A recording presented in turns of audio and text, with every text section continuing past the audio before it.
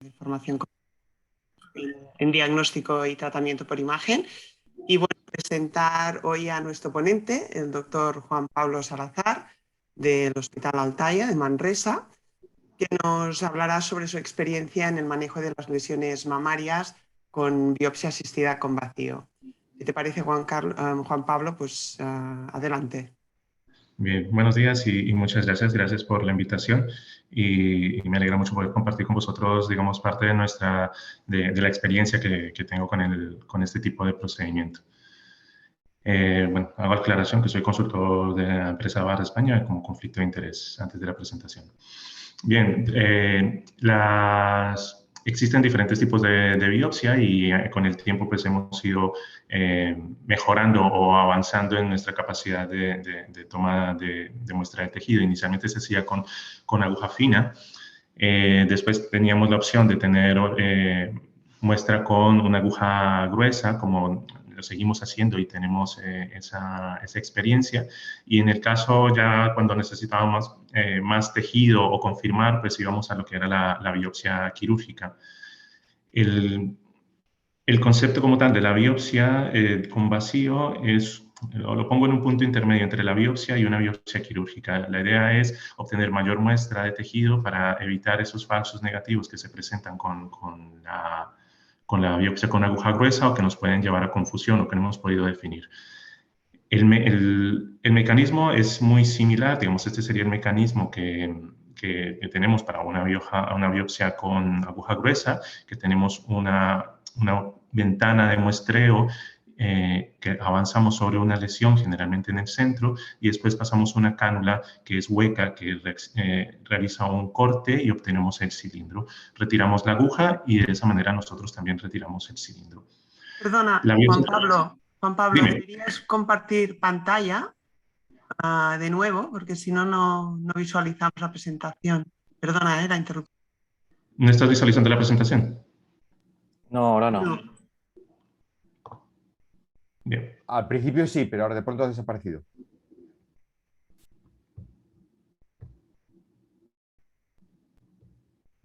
¿Ahora? Sí, ahora sí. Y ahora sí. Bien. Perfecto. Tienes la barra de Zoom. Haz ocultar, por favor. Aquí, gracias. Entonces estaba mencionando que teníamos el mecanismo de la biopsia, que era de biopsia con aguja gruesa, que colocábamos la lesión en el centro de la aguja en el centro de la lesión y hacíamos un corte dentro de una ventana de muestreo y después un corte con una cánula hueca y obteníamos el tejido. El mecanismo de la biopsia con vacío es distinto.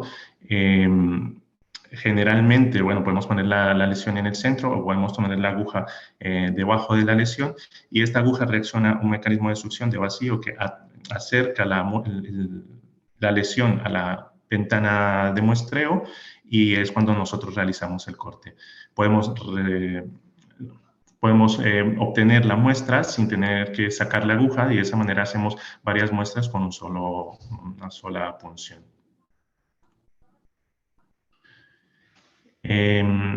Lo que había mencionado es la aguja con una capacidad de succión y tiene un corte, un corte rotacional que transporta la muestra y la recolecta sin necesidad de retirar la aguja. Aquí podemos ver, me gusta esta imagen porque podemos ver la diferencia del tamaño de la muestra que obtenemos con un 14G, con un 10G y con un 7G. Vemos que las agujas de vacío que podemos encontrar desde un 7G hasta un 12G, dependiendo la empresa, obtenemos mayor cantidad de tejido que lógicamente nos ayuda a disminuir esos falsos positivos o falsos negativos o mejorar la sensibilidad y especificidad de la prueba. Esto lo podemos utilizar en biopsia ya con estereotaxia, podemos utilizarlo también en biopsia por tomosíntesis, como tenemos varios ejemplos y opciones. Entonces, inicialmente también teníamos la opción de la mesa prono y en algunos sitios se sigue usando. Actualmente también algunos equipos tienen esa capacidad de hacer la biopsia vertical, pero con una mesa que permite que la paciente esté de forma horizontal, evitando siendo más cómodo para la paciente y que la paciente, en caso de que se maree o que le dé pues, una hipotimia, pues sea mucho más cómoda para ella. También tenemos otros equipos que tienen un acceso horizontal. En el caso, por ejemplo, de este General Electric, que es un ejemplo del Hospital Valdebrón, es un Phantom, pero tenemos la aguja de vacío que podemos entrar de forma lateral. Va muy bien porque en realidad con los cortes de tomosíntesis puedes ver todo el trayecto de la aguja y aquí vemos cómo posicionamos la aguja y el objetivo. Hacemos la colocación de la aguja, hacemos la comprobación y vemos cómo está bien orientada. Después hacemos el disparo de la aguja y vemos cómo el objetivo está más o menos en el centro de la cámara de muestreo. Entonces, esta opción de biopsia guiada con tomosíntesis y con acceso horizontal, en realidad es muy práctica y muy buena para poder visualizar exactamente el desplazamiento de la aguja y la localización del tejido. También lo podemos ver con biopsia con resonancia. Entonces, con biopsia con resonancia también sabemos de que es un procedimiento que la idea es primero tratar de hacer la biopsia con ecografía, ver si identificamos las lesiones mediante ecografía o mediante mamografía, y en el caso de que sean solamente captaciones, ya sean focales o captaciones masa o no masa, que no logramos identificar con ecografía, procedemos a hacerlo con biopsia con resonancia. Podemos tener aguja de 7 hasta 11 G, dependiendo también la casa, y este sería el posicionamiento de la paciente en una posición prona. Y hacemos la localización. Podemos ver en la parte inferior derecha de la pantalla, pues la vitamina, que es este punto blanco que está cerca a la pantalla, que es la que nos da la referencia de dónde está la aguja, y este punto blanco pequeño sería el trayecto de la aguja en relación a nuestro punto de referencia. Hago énfasis en esta flecha roja. Este es el modelo o la hoja de trabajo del equipo ENCOR. Es importante, de experiencia, siempre mirar que corresponda a la mama correcta y al acceso correcto. Creo en biopsia con vacío siempre es importante confirmar qué tipo de acceso, dónde lo vas a realizar, si es la mama izquierda, si es la mama derecha, si es acceso lateral, si es acceso medial. El acceso medial es más complicado, es más difícil de realizar, entonces siempre se prefiere un acceso lateral. Entonces siempre verificar que sea el acceso correcto de la mama y también el tamaño de la aguja, porque cambia y muchas veces nos puede llevar a errores. Utilizamos la referencia de la mama contralateral o utilizamos la referencia de un calibre de aguja diferente. Entonces, recomendación siempre que utilizamos esto, pues verificar tanto la lateralidad como el tamaño de la aguja. Este es el ejemplo. Tenemos la localización de la lesión en las primeras secuencias post-contraste. Vemos una captación focal a nivel más o menos retroareolar. La identificamos, la localizamos en la hoja de trabajo y colocamos este material. El material tiene un bloque que es para identificar el sitio de punción. Tenemos un introductor, un trocar, y posteriormente, cuando sabemos que estamos en la segunda imagen, vemos la posición de la aguja con respecto a la lesión. Si estamos en la posición correcta, pues colocamos la aguja de vacío y hacemos el muestreo. Igual, recomendaciones. Este tipo de aguja tiene un modo que permite rotar automáticamente sin que tengas que mover la aguja. En el caso de que a veces nosotros movilizamos la aguja para coger muestra en diferentes posiciones, teníamos la tendencia de ver que genera más hematoma, más daño en el tejido. Es decir, es preferible que el equipo se mueva automáticamente y no mover la aguja cuando probablemente está haciendo cortes. Seguramente hace más daño y puede generar más sangrado. Una vez realizado el procedimiento, dejamos el clip y hacemos la comprobación. Como podemos ver aquí, tenemos el artefacto por la biopsia y el artefacto del clip, y tenemos la muestra de tejido, que es la que enviamos. Estos son algunos ejemplos. Esta es una paciente que tenía una captación no masa en el pecho izquierdo con un diagnóstico de carcinoma lobulillar infiltrante, pero teníamos una captación no masa contralateral que no tenía traducción ecográfica ni en mamografía. Hacemos la biopsia con vacío guiada por resonancia.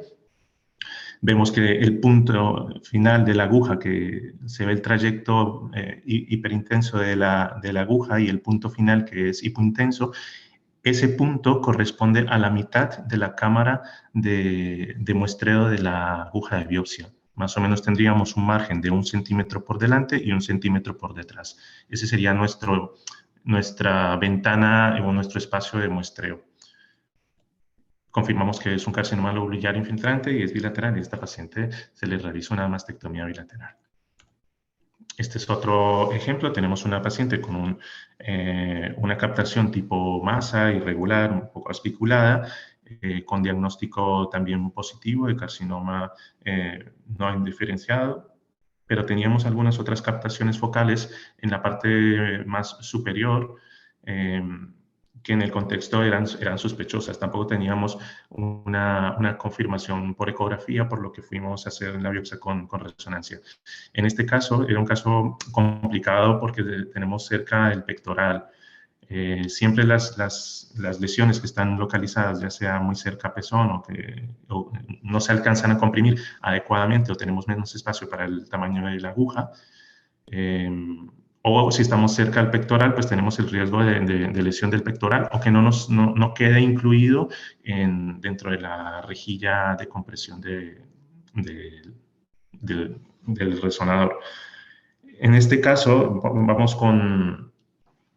vamos a la parte pectoral y como podemos ver,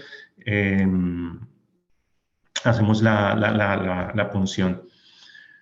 En este caso, vamos hacia la parte anterior y orientamos nuestra aguja hacia la parte anterior, tratando de evitar la parte posterior, que es donde está el pectoral.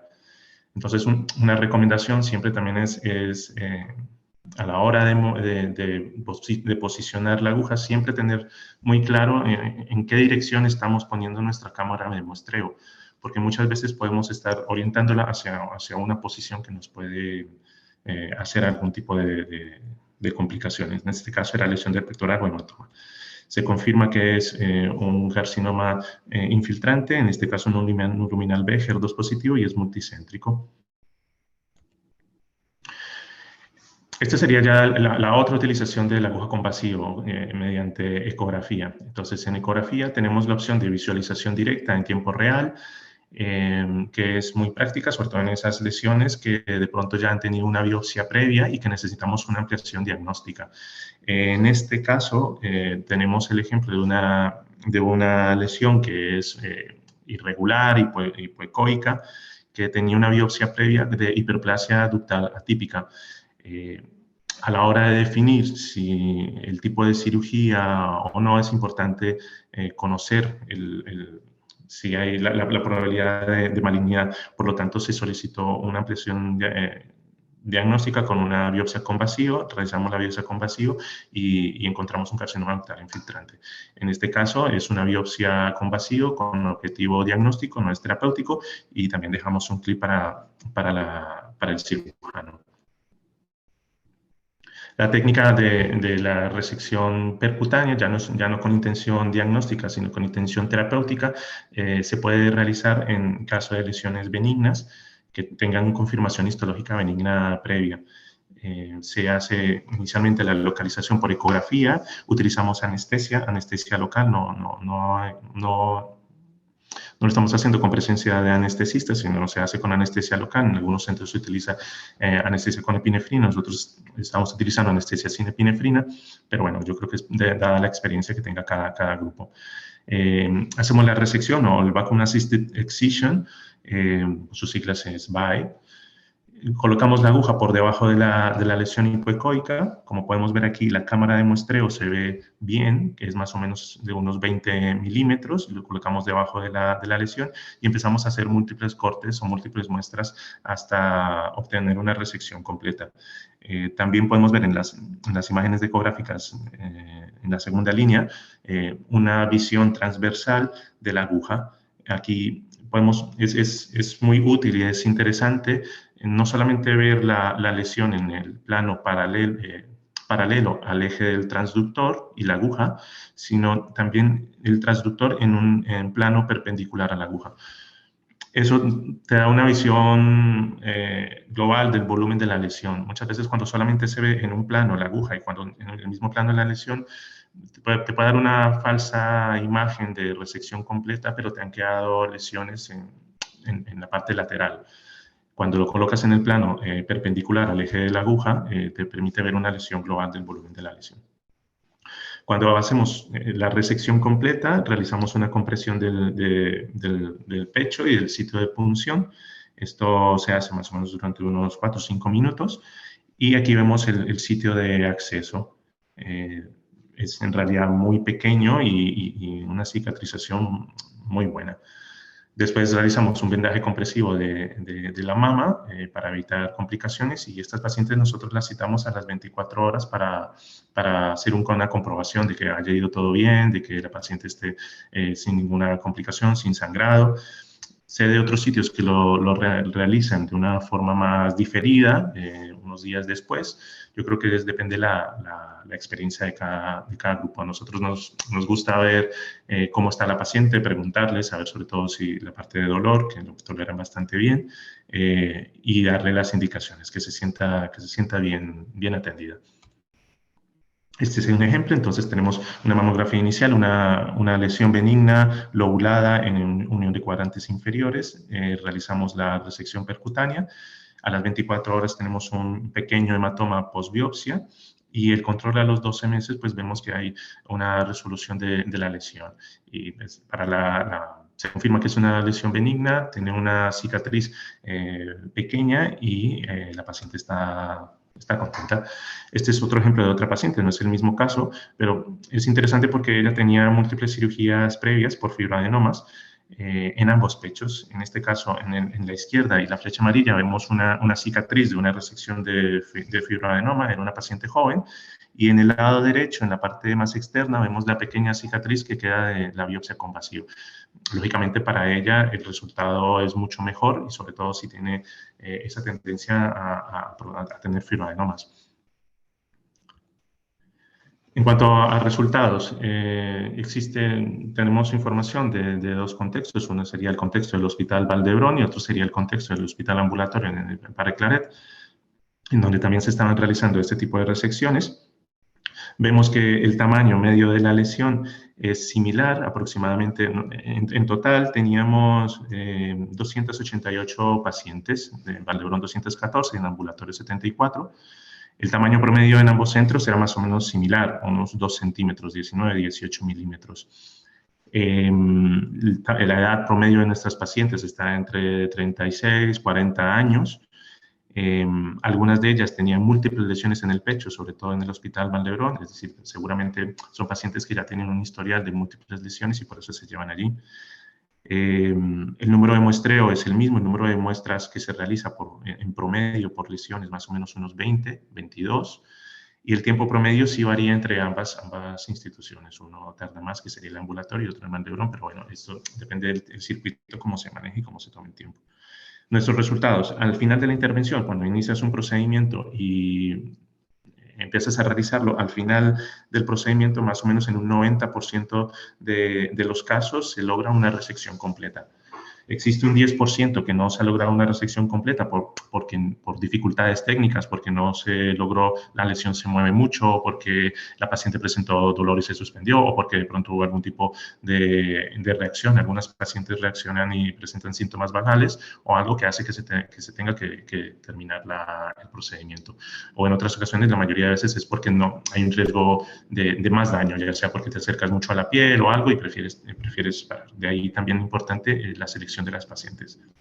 Pero si nosotros miramos a largo plazo, esto es cuando tú terminas el procedimiento y crees que lo has realizado completo y ya has quitado la lesión.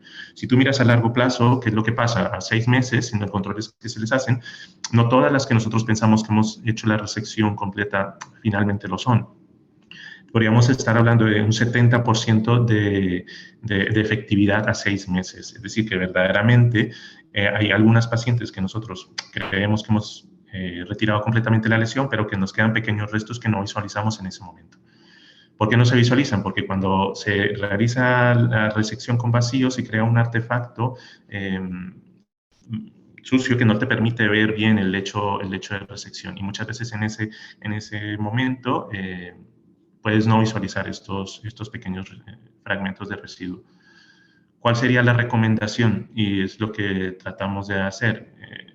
Cuando tú haces la resección y crees que has terminado, que ya no es más lesión, siempre realizamos unos cortes adicionales de forma más rotatoria, de tal manera que cogemos un poco más de tejido al final de la resección. Cuando pensamos que hemos hecho la resección completa, la idea es quitar un poco más de tejido y de esa manera tratar de disminuir los restos.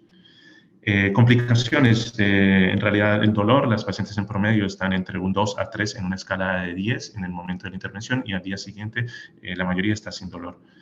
En cuanto a hematomas a las 24 horas, es difícil establecer un punto del hematoma, pero digamos un hematoma en milímetros en promedio a las 24 horas, estamos hablando de unos 15 milímetros, que en realidad no hablaríamos de un hematoma, sino como un sangrado post-procedimiento normal. Muy pocas pacientes tienen sangrados más de 3 centímetros, que fue lo que consideramos como complicación del procedimiento, que era más o menos menos de un 5%. Bien, este ya sería otro concepto, que es otro tipo de aguja con vacío que tenemos disponible actualmente. Es un concepto nuevo de aguja, también de la casa BD, en el cual tenemos la capacidad de hacer biopsia con aguja con vacío, pero es una aguja que no tiene todos los cables de conexión o no requiere todo el equipo de montaje que requiere el equipo Encore, en este caso, o los otros equipos de vacío. Es de fácil calibración, de fácil preparación, se dispone rápidamente y solamente la parte azul sería como el mango, el instrumento fijo, y la parte blanca que vemos es todo el desechable. Entonces es una parte desechable de fácil colocación y que no tiene ningún cable asociado. Es decir, facilita disponer este tipo de agujas y disponer una biopsia rápida, se puede montar muy rápido. Existen en calibres de 10, 12 y 14G. En realidad, como vemos aquí, también está diseñado de una forma ergonómica. Hablando con uno de los ingenieros que habían desarrollado el producto, uno de los problemas que tenía, por ejemplo, el Encore, era que el mango era muy grande, sobre todo para mujeres. Al tener la mano más pequeña, muchas veces se cansaban más y pesaban mucho y era más difícil controlar el mango con los botones, entonces utilizaban más el pedal. Este está diseñado para ser un tipo de aguja más liviano, más ergonómico, un poco más fácil de uso para cualquier radiólogo. Bien. Aquí vemos cómo se desmonta y después la cesta colectora, podemos retirarla y tenemos todo el material fácilmente. También con el equipo Encore muchas veces el canister, la canastilla, se quedaba material dentro del propio recolector y costaba obtener el material. La idea es que es un equipo muy versátil. Tiene una ventaja, y es que tiene un sistema también de predisparo. Pues con la misma aguja, como cuando estamos acostumbrados a las agujas normales que son automáticas, podemos disparar la lesión, o también podemos entrar predisparado. Es decir, podemos... esto no lo tenía el equipo Encore, no lo tienen las otras agujas normalmente, y es una ventaja porque a veces para entrar en una lesión que tiene una dureza muy alta, necesitas una fuerza para entrar dentro de la lesión, y este disparo es una ventaja respecto al producto anterior. Este es un ejemplo.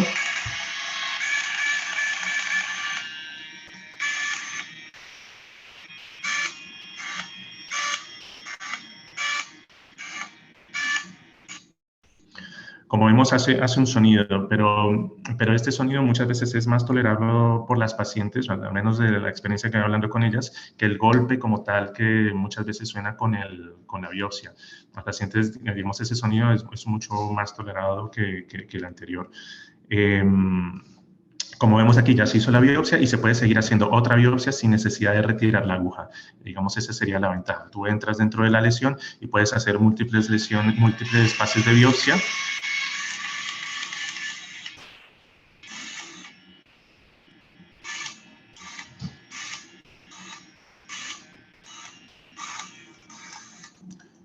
Con un solo acceso.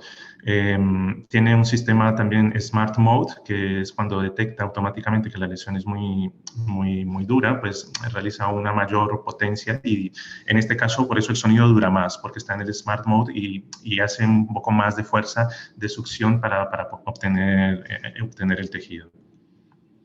Estos serían los cilindros que nosotros normalmente obtendríamos con una biopsia con Elevation. En este caso creo que son unos 12 G.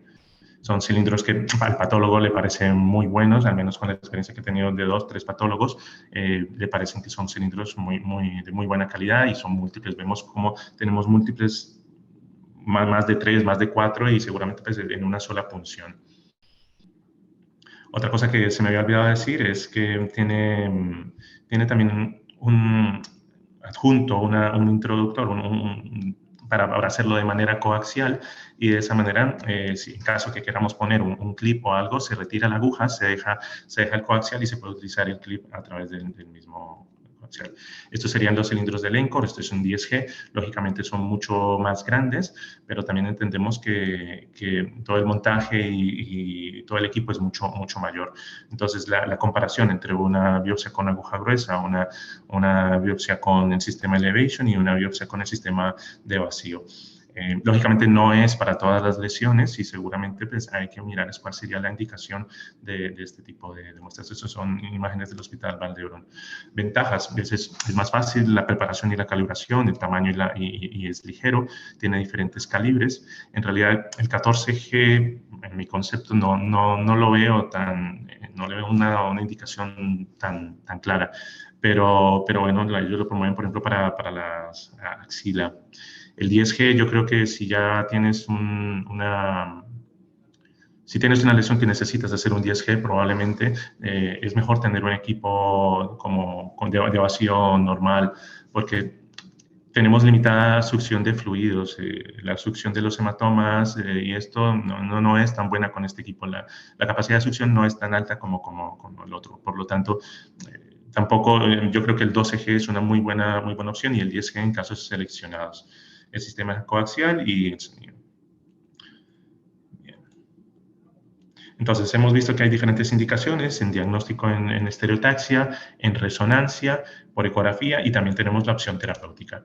Algunos casos, voy más rápido, estas son lesiones papilares, entonces podemos hacer resección percutánea de lesiones papilares, en este caso un papiloma, que incluso a pesar de que estamos cerca al pezón, podemos utilizar como técnicas para tratar de realizar el procedimiento sin hacer daño a la paciente. En este caso podemos hacer una hidrodisección alrededor de la lesión y alrededor del pezón, ya sea con la misma material de anestesia o si no con un poco de solución salina, pero con la misma anestesia se puede realizar la hidrodisección. Retiras la piel y te da más margen. Lo mismo también podemos proteger, en este caso que es la misma paciente, la piel utilizando una aguja espinal, de tal manera que la piel no caiga cuando realizamos la succión por debajo de la lesión y evitar esa complicación. Algunos utilizan una aguja paralela, otros pueden utilizar 2 agujas cruzadas, bueno, ya va en cuestión de técnicas, pero es algo que se puede utilizar. En este caso tenemos la resección completa y tenemos el diagnóstico de papiloma intraductal. Este es otro caso, un área de microcalcificaciones y también una simetría en los cuadrantes internos e inferior en una paciente con prótesis que se había hecho una biopsia previa que tenía un papiloma. No nos cuadraba mucho y además teníamos la presencia de las microcalcificaciones, entonces se le había realizado una resonancia previa. Encontramos que tiene múltiples áreas de pequeños quistes agrupados en los cuadrantes internos y que tiene una captación, masa y pequeños focos asociados adyacentes a la prótesis, pero destaca cómo en las imágenes de difusión y en el ADC hay una zona de restricción a la difusión. Por lo tanto, vamos a ir dirigidos a esta zona. Entonces, digamos la recomendación, muchas veces la biopsia con vacío va muy bien, pero tratar de dirigirla y la resonancia o las otras pruebas nos pueden ayudar a dirigir el sitio de punción para tener el mejor muestreo posible. En este caso hacemos la biopsia con vacío, colocamos un clip, tenemos la muestra, comprobamos que tenemos calcificaciones y confirmamos que es un papiloma intraductal y tenemos focos de carcinoma in situ. Entonces, se puede realizar en pacientes con prótesis también, se puede hacer una visualización directa, evitamos ir hacia la parte posterior, dirigir la aguja más hacia la parte anterior y es posible realizarlo. Este es otro ejemplo, este es un fibroadenoma complejo. Tenía focos de carcinoma lobulillar in situ asociados, eran aislados focos. En una paciente joven de 25 años, una lesión palpable.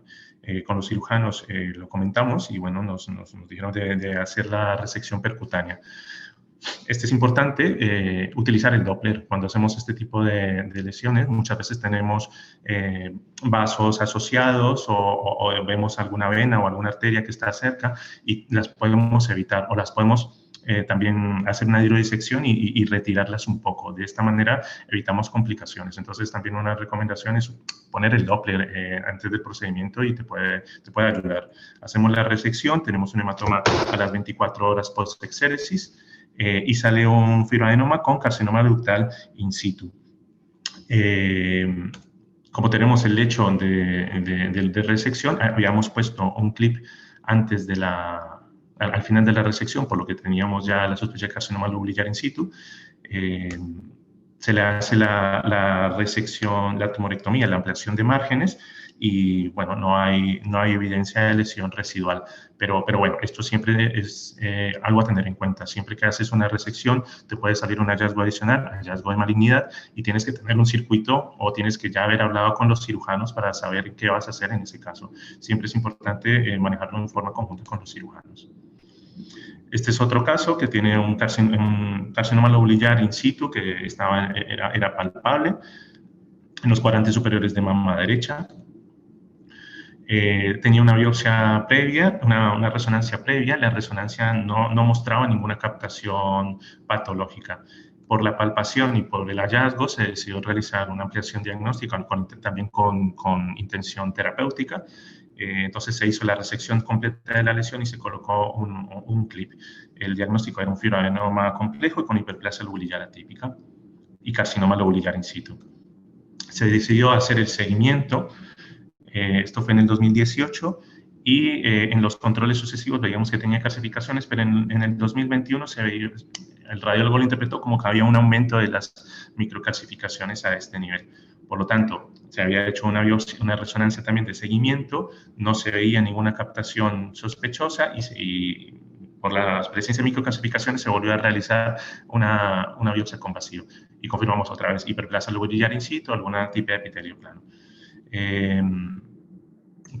es lo importante de este caso? Muchas veces el seguimiento de estas pacientes es complejo y en ocasiones nos lleva a múltiples pruebas adicionales, incluso a repetir biopsias con vacío. Y esto es desgastante, es costoso y es un manejo difícil. Entonces, siempre apoyarse con el cirujano, tener muy claro, la resonancia puede ser muy útil para orientar la necesidad de realizar un procedimiento adicional. Pasó esta lesión, aquí teníamos una cicatriz radial, que también tenemos una resonancia, hacemos la resección de la lesión y dejamos un clip, confirmamos que es una cicatriz radial. También podemos hacer resecciones de la lesión y del clip. En este caso tenemos una sospecha de cicatriz radial, tenemos el clip, lo vemos por resonancia. Y aquí tenemos la resección. Hacemos la resección del área de interés, resecamos el clip para comprobar de que estamos en el sitio que hemos realizado y confirmamos que tenemos la muestra y el clip. También en este caso dejamos un clip de seguimiento. Podemos ver la resonancia y al año cómo hay la disminución de la lesión o no tenemos lesión residual. Este ya sería el último caso. Tenemos una paciente que en el 2011 tenía unas microcalcificaciones extensas de 8 centímetros en el cuadrante superexterno mama izquierda. En el 2011 se realizó una biopsia con vacío, biopsia quirúrgica y en todos los casos se confirmaba carcinoma lobulillar in situ. Esta paciente se dejó en seguimiento y llega el 2020 y en el 2020 seguimos teniendo unas microclasificaciones que son de aspecto sospechoso, pero que aparentemente están estables, que ya han sido biopsiadas en múltiples ocasiones. En el 2011, en el 2015 otra vez se realizó otra biopsia con vacío y venía en seguimiento con tamoxifeno. Entonces es una paciente que es de un seguimiento a largo plazo, pero que tenemos las imágenes que generan sospecha. Hacemos una resonancia y en la resonancia se ve un área de captación irregular con restricción en difusión. Vamos a buscarla, encontramos la lesión, hacemos el muestreo y confirmamos que es un carcinoma lobulillar infiltrante. En este caso, a la paciente se le hace una mastectomía y bien.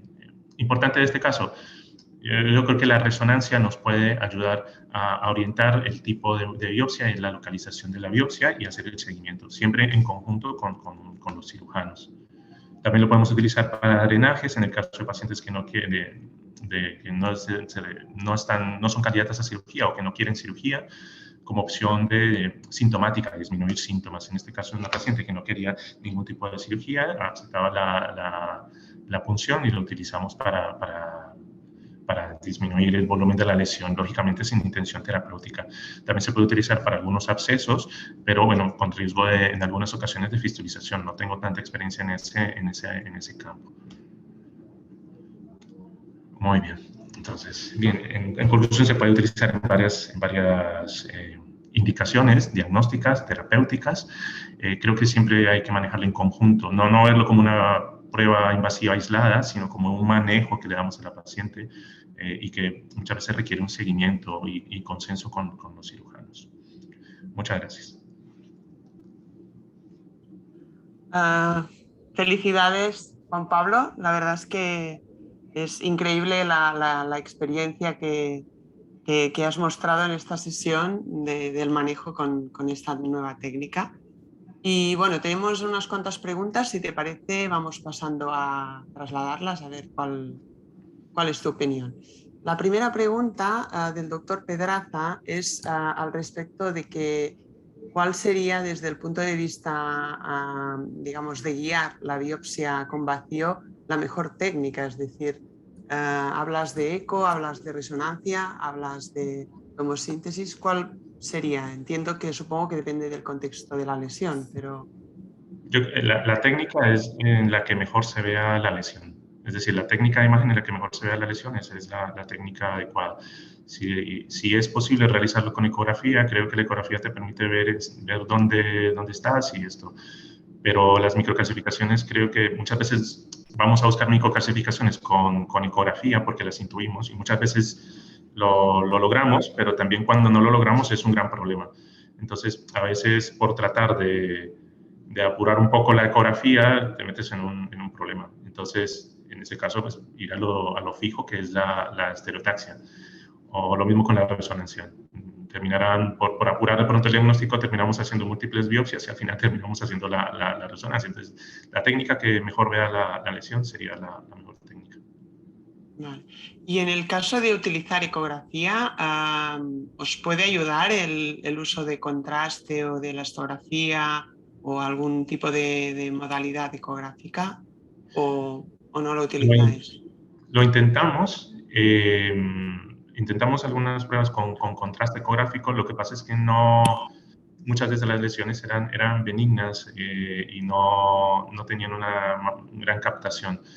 Creo que se puede seguir intentando, pero si algunos centros tienen más experiencia, cuando nosotros lo intentamos no nos fue muy bien como para diferenciar, ¿no? Diferenciar la biopsia. Es una alternativa, la ecografía con contraste. Elastografía no tengo tanta experiencia, pero sí, si hay sospecha y necesita biopsia, pues te puede ayudar a determinarlo, pero la indicación de biopsiar o no muchas veces no está determinada por la elastografía, ya la tienes de antes. También pregunta al doctor Pedraza si, en tu opinión, podría ser útil algún algoritmo de inteligencia artificial como soporte a la decisión de la indicación del tratamiento en los pacientes con neoplasia de mama.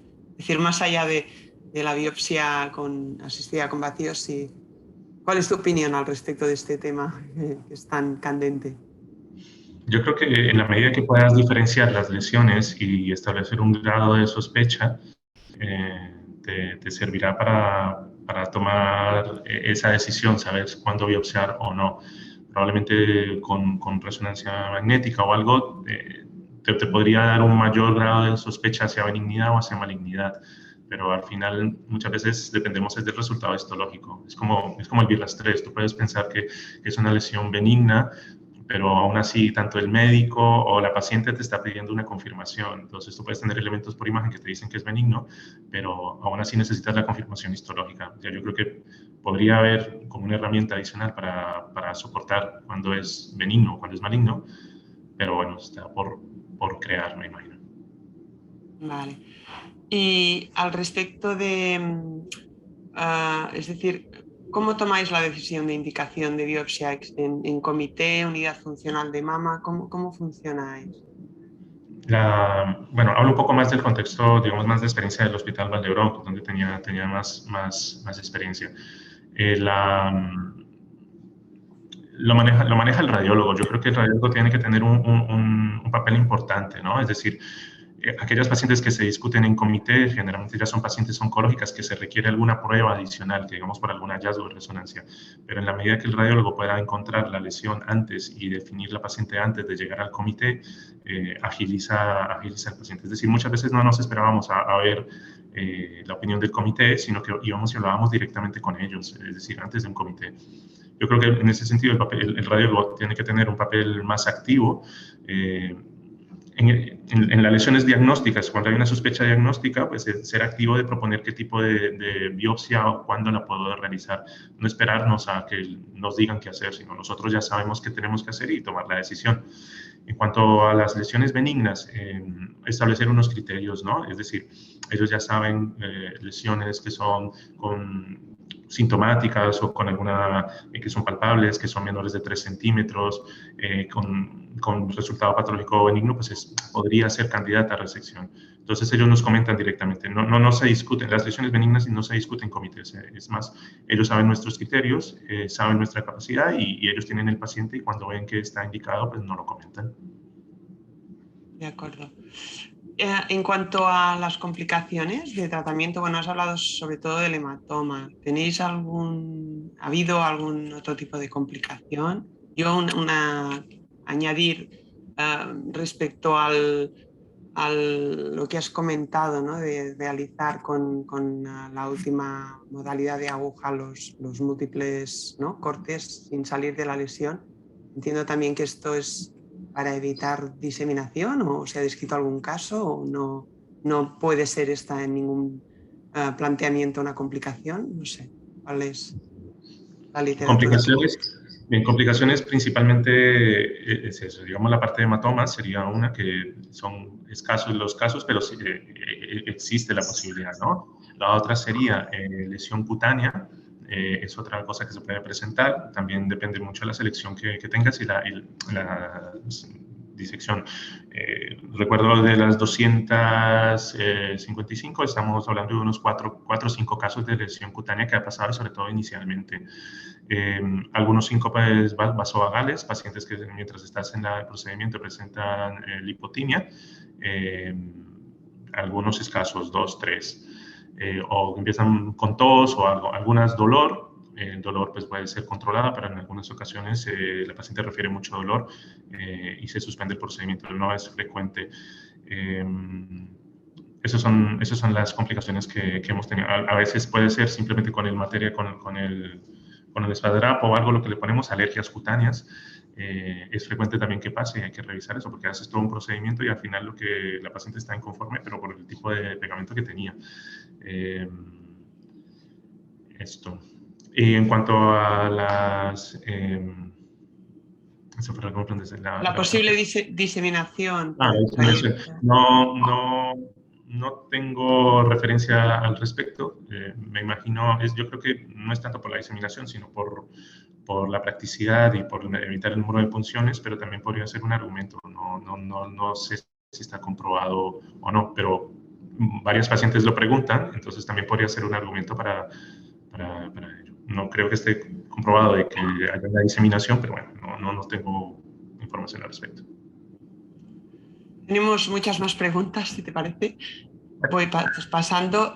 También pregunta doctor Pedrazas si se podría hacer, digamos, las biopsias con vacío con finalidad diagnóstica y terapéutica a nivel ambulatorio. ¿Cuál sería tu opinión? Yo creo que sí. En la experiencia que estaba en Pare Claret, yo creo que sí se pueden realizar si tienes un equipo, necesitas un técnico y unos personal de enfermería motivado y entrenado, y llegar a un acuerdo con los ginecólogos, ¿no? Para hacer el seguimiento, para hacer la selección.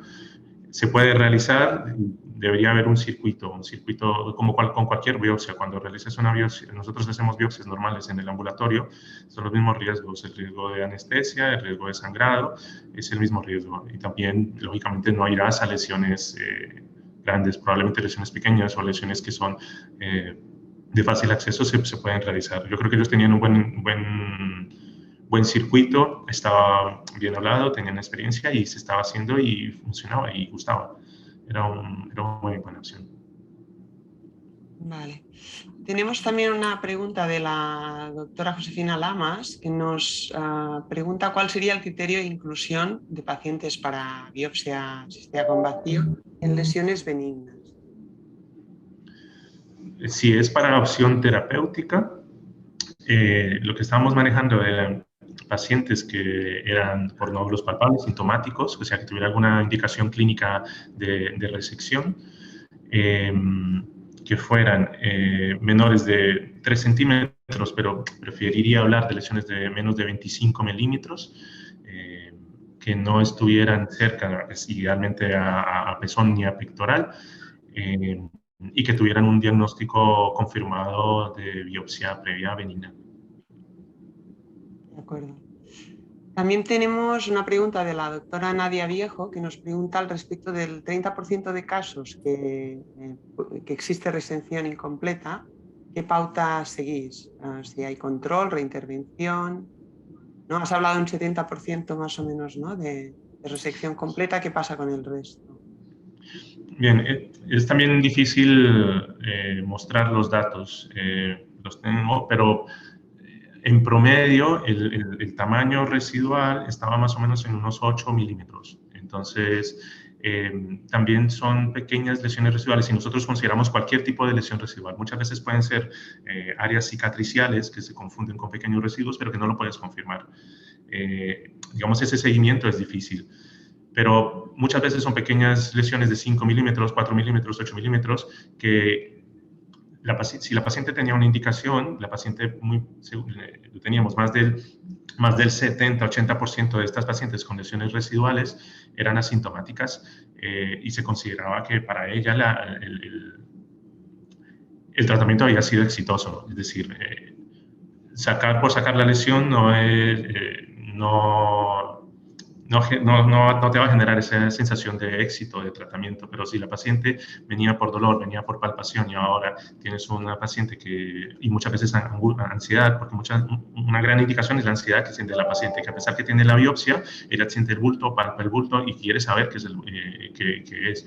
Entonces, le confirmas que no hay más lesiones, que es una lesión benigna, disminuyes los síntomas, disminuyes la palpación, es un procedimiento, se puede considerar parcialmente exitoso. Entonces, no estamos haciendo reexéresis solamente en el caso de que sean lesiones grandes. O habría que mirar si son recidivas, ¿no? A veces pueden crecer, entonces se puede dar un tiempo de seguimiento para ver si es que son recidivas, si están creciendo, pero si se hace el seguimiento y está estable, se dejan quietas. Por eso también es importante la selección de la paciente, ¿no? Tratar de dar que tenga un objetivo. El objetivo es mejorar la calidad de vida de la paciente. Vale, tenemos una última pregunta del doctor Barragán, que nos pregunta si os migran los marcadores.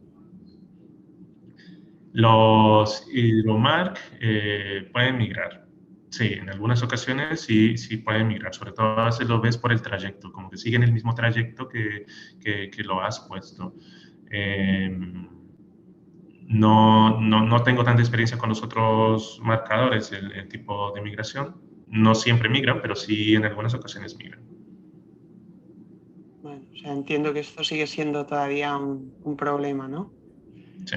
Bueno, Juan Pablo, la verdad es que da para mucho esto, seguiríamos, creo, mucho, con muchísimas más preguntas, pero es tiempo de finalizar la sesión. Si te parece, bueno, yo agradecerte la presentación y darte la enhorabuena y paso la palabra al doctor Pedraza, que hace un resumen final de tu presentación. Gracias. Perfecto. Bueno, Vicky, muchas gracias por tu excelente moderación y yo creo que Juan Pablo ha sido estupendo. Creo que nos estás hablando del futuro que ya es presente. Por lo tanto, yo creo que muchas gracias. Entonces, el resumen que haría muy breve es que nos has dicho los números. Nos has dicho 15, en el sentido de que la curva de aprendizaje con 15 procedimientos ya estaría bien, un poco más, 18, para poder hacer con finalidad terapéutica. Otro número que nos has dado es 70. Es decir, tenemos una resección completa con 70%, pero el resto también has dicho parcialmente exitoso. Después nos Sí. has dicho que tenemos que utilizar la técnica en que se visualice mejor la lesión en esa paciente, que incluso se puede hacer fuera del hospital, si tienes un buen equipo humano, igual que en el hospital, y sobre todo has dicho que no solo podemos hacer diagnóstico, sino también terapéutico. Y nos has animado todos a que ofrezcamos este servicio a nuestros Sí. pacientes, ¿no? ¿Te parece bien este resumen? ¿Quieres añadir algo? Sí, solamente que he dado el valor contando todo el tamaño de las lesiones, ¿no? Digamos de 0 a 30 centímetros. Cuando tú discriminas o categorizas por diferentes tamaños, digamos lesiones menores de 15 milímetros, entre 15 y 25 milímetros o más de 30 milímetros, hay resultados diferentes. Entonces, lesiones de menos de 15 milímetros, el resultado a 6 meses es 90%. Vale. En lesiones entre 15 y 25 milímetros, el resultado está más o menos en 80, 70%. Y las lesiones de más de 25 milímetros alcanza casi un 55, 60%. Entonces, de ahí que hablamos de que depende el tamaño de la lesión, el tipo de la lesión, el calibre de la aguja, pero yo preferiría hablar de que para ofrecer mejor efectividad terapéutica, lesiones menores de 25 milímetros.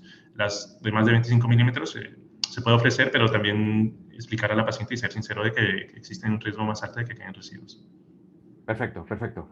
Muy bien, Juan, yo creo que muchas gracias, Juan Pablo. Seguro que la audiencia irá al repositorio a buscar un poco el vídeo de esta sesión, el podcast y el PDF, y seguro que contamos contigo el año que viene para que nos sigas enseñando. Si te parece, pasamos ya a anunciar la sesión de mañana. Mañana Muy bien. tenemos a la doctora Laura Martos, del Servicio de Radiología del Hospital Josep Trueta, y la doctora Lidia Moriscot, del Servicio de Pediatría, que nos van a hablar de osteomielitis pediátrica. Por lo tanto, están todos invitados mañana. Que tengan un buen día. Gracias, Juan Pablo. Gracias, Vicky. Nos vemos mañana. Gracias a todos.